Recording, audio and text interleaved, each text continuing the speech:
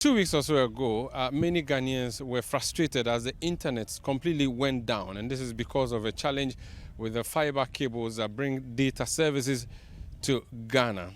The National Communications Authority has been taking swift interventions over the period trying to address this matter, and today it called a press conference again to deal with the internet challenges amongst other issues that the communication subsector has been suffering from.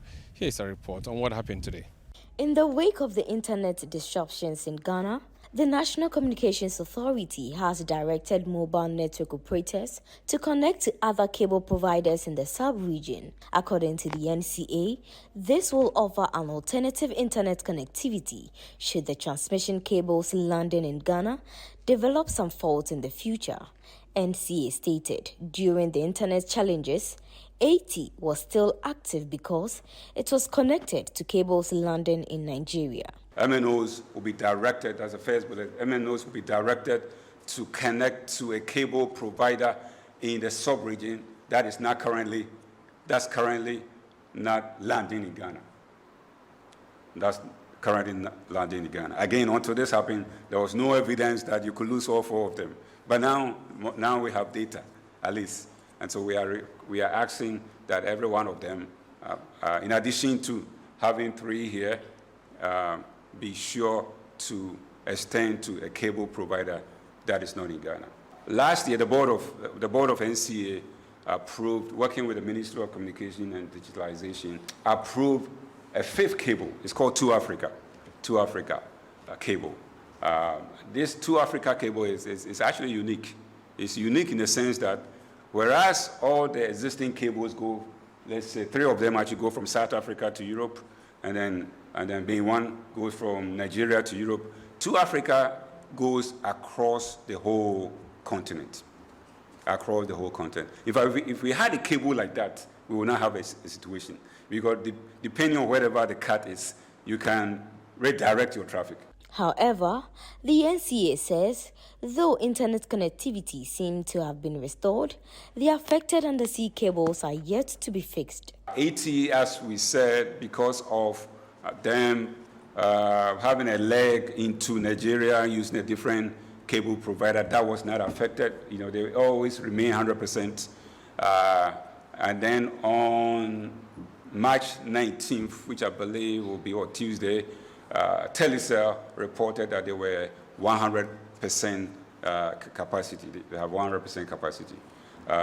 MTN recovered 100% capacity for peak. You know, again, each MNO have peak traffic requirement. So if your peak is, let's just say for the purpose of the discussion, your peak is 80 gig, right? And whenever you have 80, you know that you can service all your customers.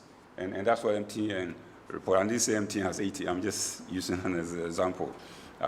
So currently, as we speak, 80, 100%, Telcos 100%, MTN 100%. So the question is, if they are 100%, does it mean the cables are up? No, I told you, all the 4 cables are down, but currently the MNOs and the cable providers are leveraging cable providers that are in the West Coast that were not impacted by the outage.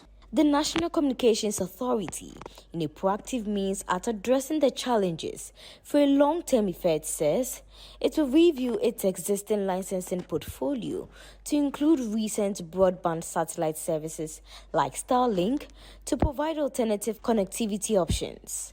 We did not have a framework for satellite broadband until recently, when the hardworking engineering team led by Reverend Engineer Fiancon and his team put together one of the very important frameworks.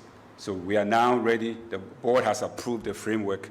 So NCA is ready to now engage or entertain applications from satellite broadband. A few policy issues that needs to be addressed, but I believe that should be taken care of soonest. The National Communications Authority has indicated that it is working to ensure that internet connectivity is not disrupted in the future. Reporting for Citi News, my name is Shirley Ziwu.